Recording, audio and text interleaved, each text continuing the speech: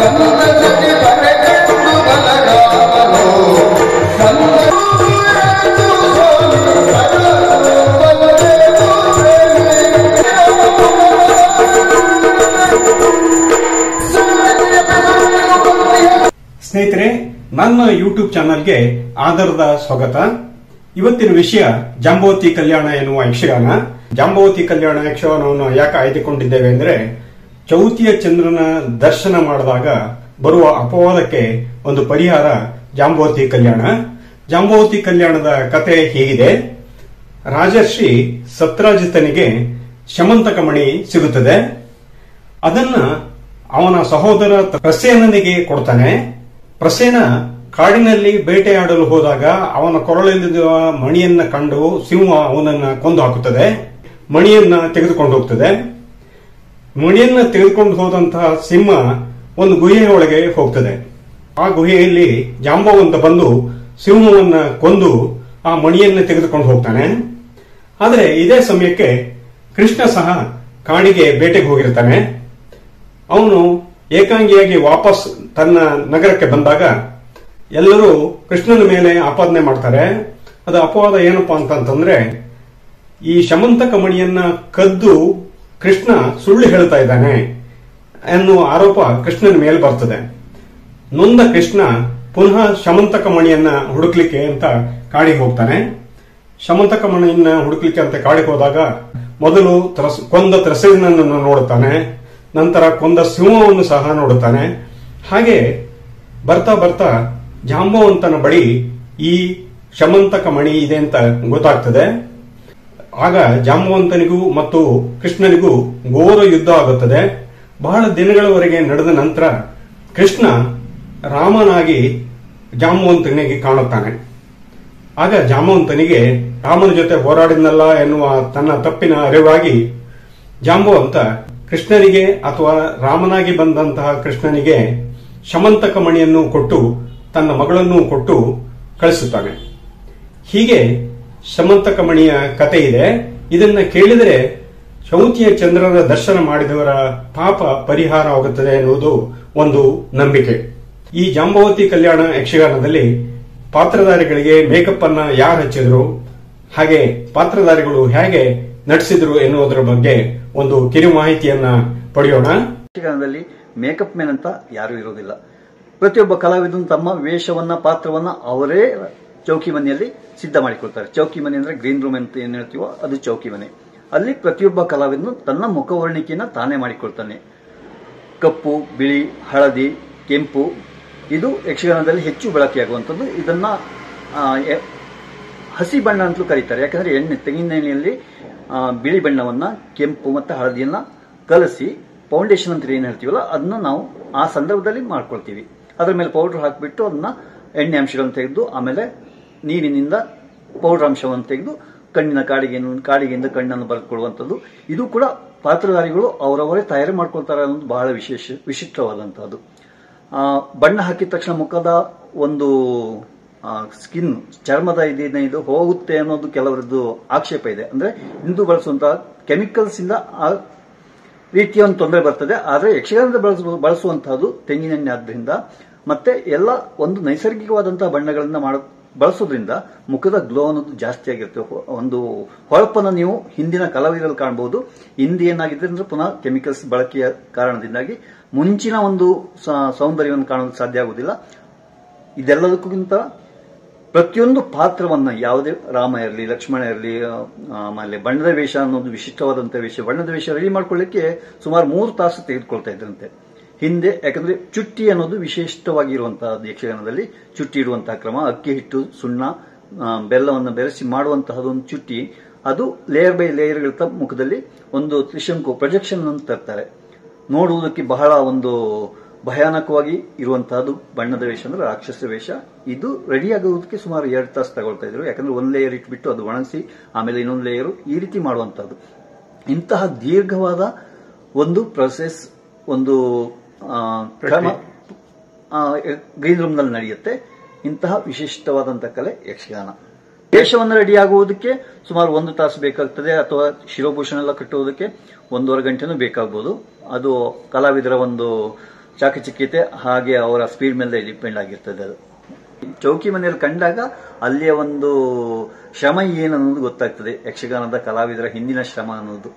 ರಂಗದ ಮೇಲೆ ಬಣ್ಣ ಬಣ್ಣದ ವೇಷವನ್ನು ನೋಡಿ ಖುಷಿ ಪಡ್ತೀವಿ, ಆದ್ರೆ ಅದನ್ನ ಸಿದ್ಧತೆ ಮಾಡ್ಕೊಳ್ಳೋದಕ್ಕೆ ಸುಮಾರು 1 ತಾಸು 1.5 ತಾಸು ಪ್ರತಿಯೊಬ್ಬ ಕಲಾವಿದನು ಚೌಕಿ ಮನೆ ರೆಡಿಯಾಗಿರ್ತಾನೆ.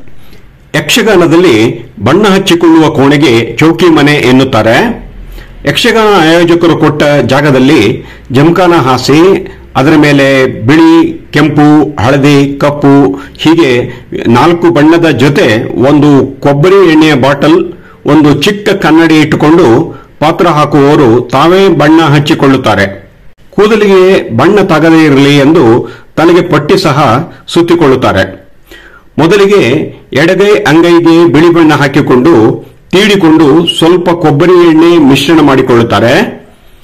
ನಂತರ ಹಳದಿ ಬಣ್ಣ, ಕೊಬ್ಬರಿ ಎಣ್ಣೆ ಹಾಕಿ ಚೆನ್ನಾಗಿ ಮಿಶ್ರಣ ಮಾಡುತ್ತಾ ಅದರ ಮೇಲೆ ಕೆಂಪು ಬಣ್ಣ ಹಾಕುತ್ತಾರೆ. ಇವೆಲ್ಲವೂ ಚೆನ್ನಾಗಿ ಮಿಶ್ರಣವಾದ ಮೇಲೆ ಮುಖಕ್ಕೆ ಫೌಂಡೇಶನ್ ಬಣ್ಣ ಆಗುತ್ತದೆ. ಈಗ ಎಡಗೈಯಲ್ಲಿ ಚಿಕ್ಕ ಕನ್ನಡಿ ಇಟ್ಟುಕೊಂಡು ಎಡಗೈಯಲ್ಲಿ ಮಾಡಿಕೊಂಡ ಫೌಂಡೇಶನ್ ಅನ್ನು ಬಲಗೈಯಿಂದ ಮುಖಕ್ಕೆ ಹಚ್ಚುತ್ತಾ ಹೋಗುತ್ತಾರೆ. ಇದರ ಮೇಲೆ ಅಗತ್ಯವಿರುವಷ್ಟು ಪೌಡರ್ ಹಚ್ಚಿಕೊಳ್ಳುತ್ತಾರೆ. ಈಗ ಪಾತ್ರದ ಮುಖಕ್ಕೆ ಬೇಕಾದ ಪ್ರಮುಖ ಬಣ್ಣ ಸಿದ್ಧವಾಗುತ್ತದೆ. ಹಾಗೆಯೇ ಕಣ್ಣಿಗೆ ಕಾಡಿಗೆ, ಕಣ್ಣಂಚಿಗೆ ಕಪ್ಪು, ಕರಿಹುಬ್ಬುಗಳನ್ನು ಒಂದರ ನಂತರ ಒಂದರ ಹಾಗೆ ಚಿಕ್ಕ ಕನ್ನಡಿಯಲ್ಲಿ ನೋಡಿಕೊಳ್ಳುತ್ತಾ ಬಿಡಿಸಿಕೊಳ್ಳುತ್ತಾರೆ. ಹೀಗೆ ಯಕ್ಷಗಾನದ ಪ್ರಸಂಗ ಅಥವಾ ಕಥೆಗೆ ಅನುಗುಣವಾಗಿ ಇರುವ ಪಾತ್ರಧಾರಿಗಳು ಸುತ್ತಲೂ ಕುಳಿತುಕೊಂಡು ಪುಟಾಣಿ ಕನ್ನಡಿಯಲ್ಲಿ ಮುಖ ನೋಡಿಕೊಂಡು ತಮ್ಮ ಪಾತ್ರಕ್ಕೆ ತಾವೇ ಬಣ್ಣವನ್ನು ಕಲಿಸಿಕೊಂಡು ಹಚ್ಚಿಕೊಳ್ಳುತ್ತಾರೆ. ಬಣ್ಣ ಹಚ್ಚುತ್ತಾ ಹೋದಂತೆ ಹಣೆಗೆ ನಾಮ, ತುಟಿಗೆ ರಂಗು ಹಾಕಿಕೊಂಡು ಸರಿಯಾಗಿ ಇದೆಯಾ ಎಂದು ನೋಡಿಕೊಳ್ಳುತ್ತಾರೆ. ಇನ್ನು ಮೀಸೆ ಹಚ್ಚಿಕೊಳ್ಳುವ ಪಾತ್ರಕ್ಕೆ ತಕ್ಕಂತೆ ಮೀಸೆ ಹಚ್ಚಿ ಮೆರೆಯುತ್ತಾರೆ.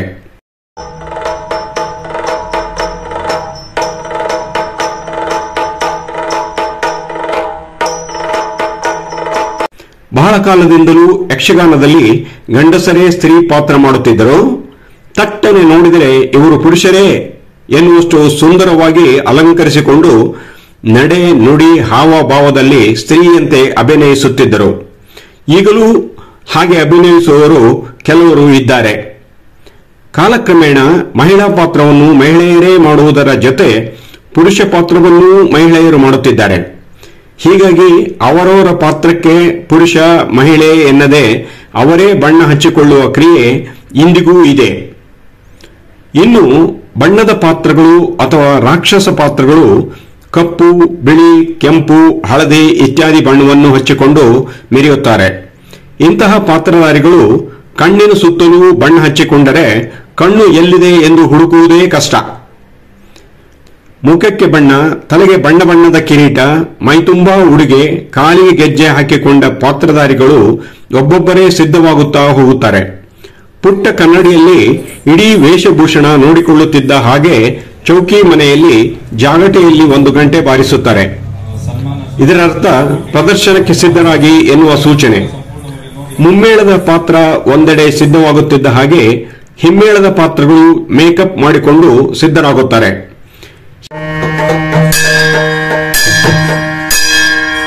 ಹೀಗೆ 3 ಗಂಟೆಯ ಸದ್ದು ಕೇಳಿದ ನಂತರ ಪಾತ್ರಧಾರಿಗಳು ಚೌಕಿ ಮನೆಯಲ್ಲಿ ಇಡುವ ಗಣಪತಿಗೆ ಪೂಜಿಸಿ, ನಮಿಸಿ, ಆರತಿ ಸ್ವೀಕರಿಸಿ ರಂಗಸ್ಥಳದ ಕಡೆಗೆ ಆಯಾ ಪಾತ್ರಧಾರಿಗಳು ಸಾಗುತ್ತಾರೆ.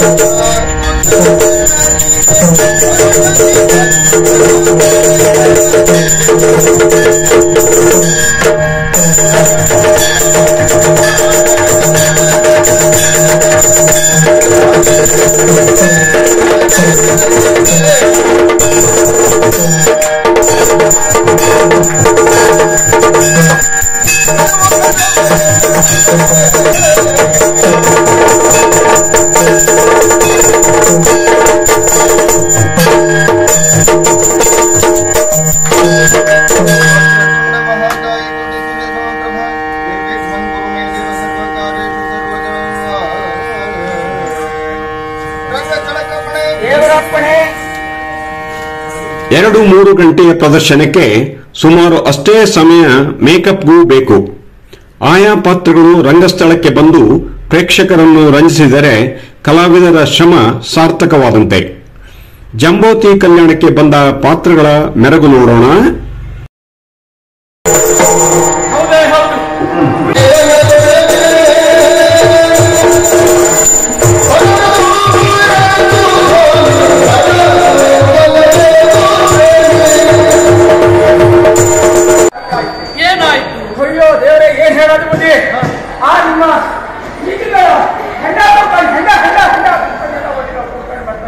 ಏನು ಹೇಳುತ್ತಾ ಇದ್ದೀಯ? ಏನಾಯ್ತು?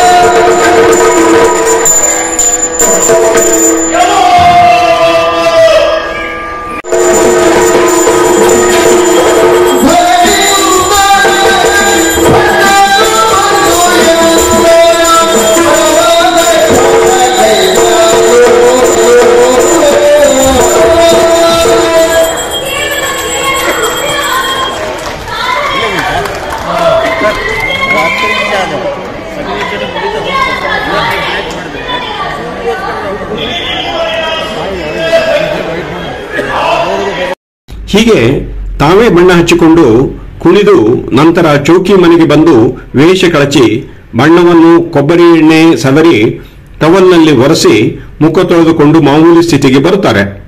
ಸ್ನೇಹಿತರೆ, 2 ಗಂಟೆ ಯಕ್ಷಗಾನದಲ್ಲಿ ರಂಗು ರಂಗಾಗಿ ರಂಗದ ಮೇಲೆ ನಡೆಸುವಂತಹ ಯಕ್ಷಗಾನ ಕಲಾವಿದರ ಮೇಕಪ್ನ ಹಿಂದಿರುವಂತಹ ಶ್ರಮಕ್ಕೆ ಒಂದು ಲೈಕ್ ಕೊಡಿ.